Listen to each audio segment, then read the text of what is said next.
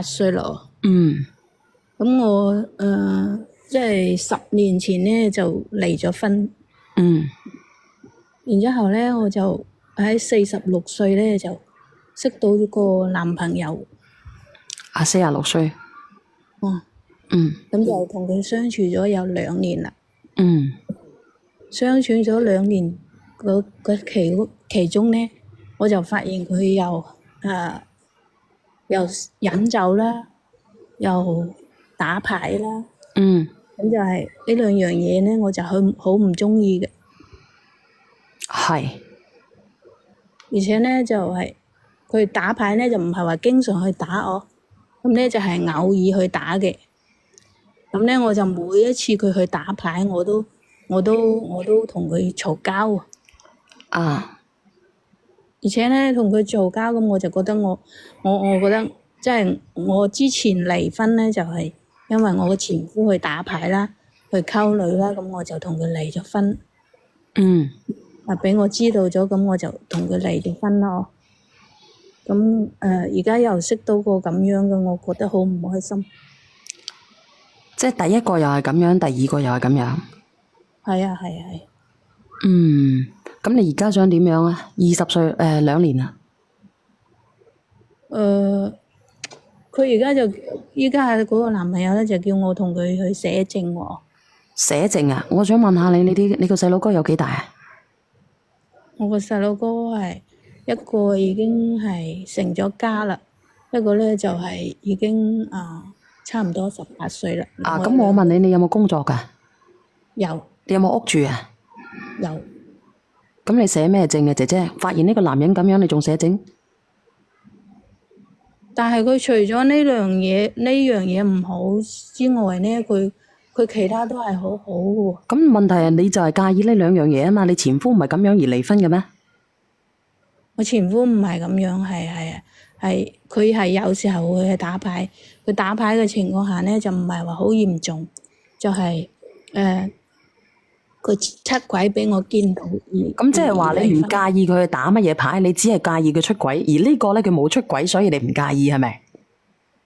唔係咁嘅意思，我嘅意思即係話，佢呢個咧就唔係話經常去打牌嘅，佢係即係有時候工作上面佢嗰啲工作咧就係有時候淡季，有時候旺季咁啊，只係有時候即係好多嘢做，有時候。咁你勸佢，佢聽唔聽啊？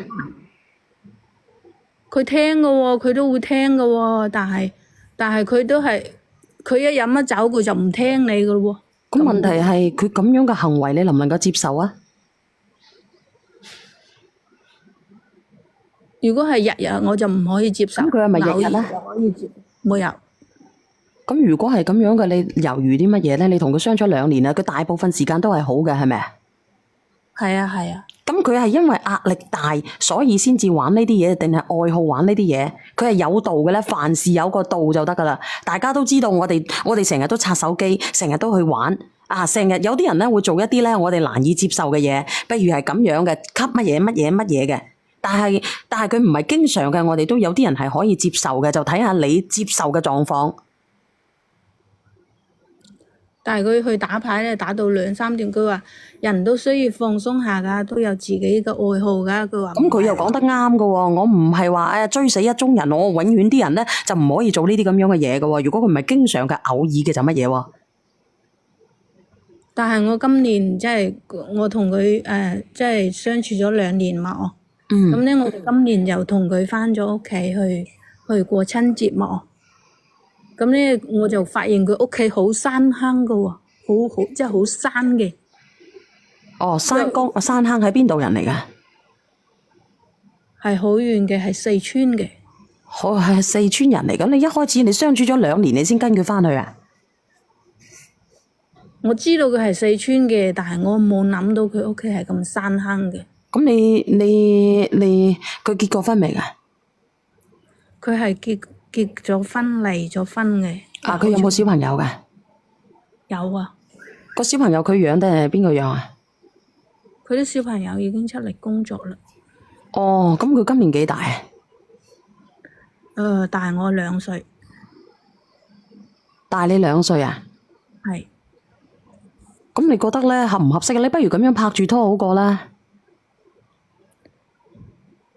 但係我覺得長期咁拍拖，我覺得即係嘈交咧，又會話分就分噶喎。咁你分與唔分有咩？即係你啱就合就一齊，唔合就唔一齊，有咩問題啊？結咗婚都係咁樣啦。你嫁嘅意義係乜嘢？如果係咁樣嘅話，我都唔知，所以所以係咯，你都唔憂啲乜嘢嘅，你唔會話因為乜嘢而嫁噶嘛？咁你嫁嘅意義係乜嘢咧？想有個家咯。呢個唔係家咩？你而家咪有個家咩？你有仔有女，啲細佬哥都就嚟生細佬哥啦。咁你嫁嘅意義係乜嘢啊？但係你對佢係，即係你唔能夠包容佢嘅喎。你係而家有個芥蒂嘅喎。你覺得佢窮，覺得佢生卡卡，然之後咧佢又有咁樣嘅愛好啊。佢每個月俾到啲乜嘢你啊？我唔嫌棄佢窮，即係我就嫌棄佢屋企太山啦。咁你咪嫌棄緊咧？佢唔係，佢開初係咁樣同我講嘅。佢嘅意思即係話佢會喺廣東買房。咁佢有冇買啊？冇啊，佢都冇兌現。咁佢有冇咁多錢先？問題係佢話佢收尾咧就同我處咗一段時間啦。咁佢就話佢唔會，因為佢知道我廣東有房嘛，咁佢就話我唔喺廣東買房啦。佢話就算買都係返我哋嗰邊四川嗰邊買啦咁講。我就話點解你開初講嘅同而家講嘅都唔一樣嘅？咁即係話咧，佢對你嘅承諾咧係唔兌現噶咯。你嫁唔嫁都冇所謂咯，姐姐。你嫁唔嫁你都可以同佢喺埋一齊嘅。如果係咁樣嘅話，畫咗個大餅係啊。你期望嘅係乜嘢咧？咁我想問下你，你期望嘅係乜嘢咧？你期望嘅就係佢喺呢度買間屋，然之後同你終老啊嘛。問題佢乜嘢都做唔到嘅話，咁你嫁咗俾佢，咁到時候會好多矛盾嘅喎。第一佢冇屋啦，佢話走就走啦，係咪啊？第二你又有子女，佢又有子女，咁第日咧老咗之後咧，你呢邊嘅子女會唔會承諾養佢咧？或者佢嗰邊嘅子女會唔會承諾養你咧？咁就冇有承諾，咁點算啦？你哋兩個有乜嘢依靠啊？你哋有幾多存款啊？佢會唔會到時候咧會幫你互相養老啊？而家佢每個月會俾幾多錢你啊？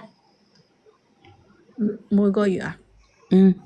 應該有5-6K 吧。每個月都有5-6千蚊俾你啊？係啊，佢又幫我供房啦。因為我有個仔仲讀緊書噶嘛，佢又幫我俾我個仔嘅生活費啦咁。如果佢咁有承擔嘅話咧，咁你猶豫啲乜嘢啊？就係猶豫佢哋屋企太遠啦，太山啦。佢猶豫屋企太山，但係佢唔需要你付出啲乜嘢啊？咁而家佢係又同你供屋又幫你養仔嘅喎，佢而家係無條件幫你嘅喎。嗰間屋有冇寫佢個名㗎？冇㗎。咁你話俾我知啊，直播間朋友仔值唔值得嫁？有啲人話唔嫁。而家係呢個姐姐仔吓，而家係呢個姐姐仔畫咗個大餅俾呢個女仔啊，男仔啊。我冇畫大餅。而家係呢個姐姐嫌棄緊人哋個四川嘅哥哥啊。我冇嫌棄佢啊。你而家就嫌棄人哋山工。我以為佢乜柒都俾唔到你，問題係佢而家係無條件幫你供緊屋，俾5-6千蚊你，仲幫你養埋個仔。我唔係話嫌棄佢山工，我嘅意思即係話佢原先係應承我喺呢啲買樓，即係喺呢度買樓。咁你而家同你供緊層樓唔係好咩？姐姐。咁但係佢屋企佢突然又改變主意，佢話要佢返佢屋企養老喎。咁佢返佢屋企養老，你咪拉佢去咯，耐唔耐咯？反正你呢度都有屋啫嘛，佢幫你供滿層屋，你已經滿足啦。但係佢屋企咁山點去啊？咁我咪長期幫你，你唔係長期幫佢返去四川噶嘛？佢有時喺度都得噶嘛。咁樣老啦，你咁樣老，你仲會飛嚟飛去嗎？咁你飛嚟飛去咪當旅遊咯，姐姐啊，嫁雞隨雞，嫁狗隨狗啫。就算佢買咗間屋，佢都會返去佢嘅老家，佢嘅根噶嘛。但係佢屋企冇屋啊，係好老嗰啲屋嚟㗎，你知唔知啊？咁佢係住下㗎啫嘛，咁佢以後老咗咪住你哋嗰度咯，有咩問題啊？佢而家係幫你供緊屋㗎喎。我冇話唔俾佢住我嗰度，佢嘅意思即係話佢兩個女都喺嗰邊四川，佢係要翻嗰邊生活，去翻嗰邊養老，咁同我講。我話點解？咁佢個兩個女會唔會養佢啊？佢翻去嗰邊養老嘅話，會啊，啊？會。咁你就要衡量你會唔會做出呢一步，翻去嗰邊養老，等佢阿媽即係等佢喺嗰邊咧同佢一齊生活啦。如果你話我做唔到嘅話，或者你哋可以商量噶嘛，我15日呢邊，15日嗰邊，或者1個月廣東，1個月四川咁都得噶嘛。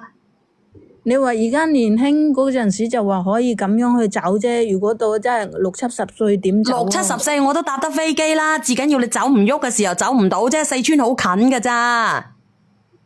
我知啊，但係佢屋企真係好山噶，山到你知唔知啊？就連買嗰啲姨媽巾啊，都要去到嗰啲。咁你可以帶住啲姨媽巾翻去噶嘛？你到時候都絕咗經啦，你使乜鬼帶姨媽巾先啊？即係我俾呢個魚比魚呢個咁嘅意思。即係我講俾你知，你可以預示住咯，有食有住有得煲。咁況且咧，佢唔會行去山卡卡噶嘛，佢有兩個女已經出咗嚟噶啦嘛，咁佢買屋都會喺省城買噶嘛。但係省城成8萬喎。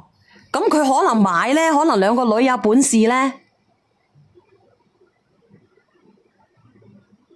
啱唔啱啊？